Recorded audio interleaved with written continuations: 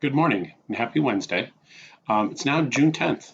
So we're midway through the last full week of the school year. I can't believe it is coming to an end so quickly. So because of that, you folks need to make sure that you are checking School Tool, that you are taking care of anything that has a zero or a missing grade. I sent out notices yesterday to everybody that was missing work.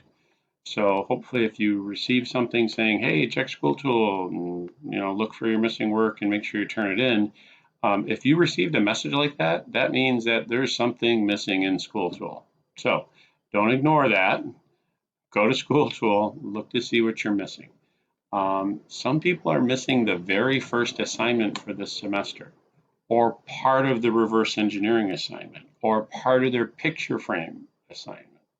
Okay, so do I think that most everybody did exactly what they were supposed to do? Yes, I really do think that you probably did the work.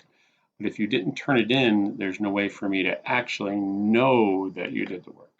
So please look for where those gaps are in your grading sheet in School Tool and make sure you go back and complete those assignments or just submit them if they're already done.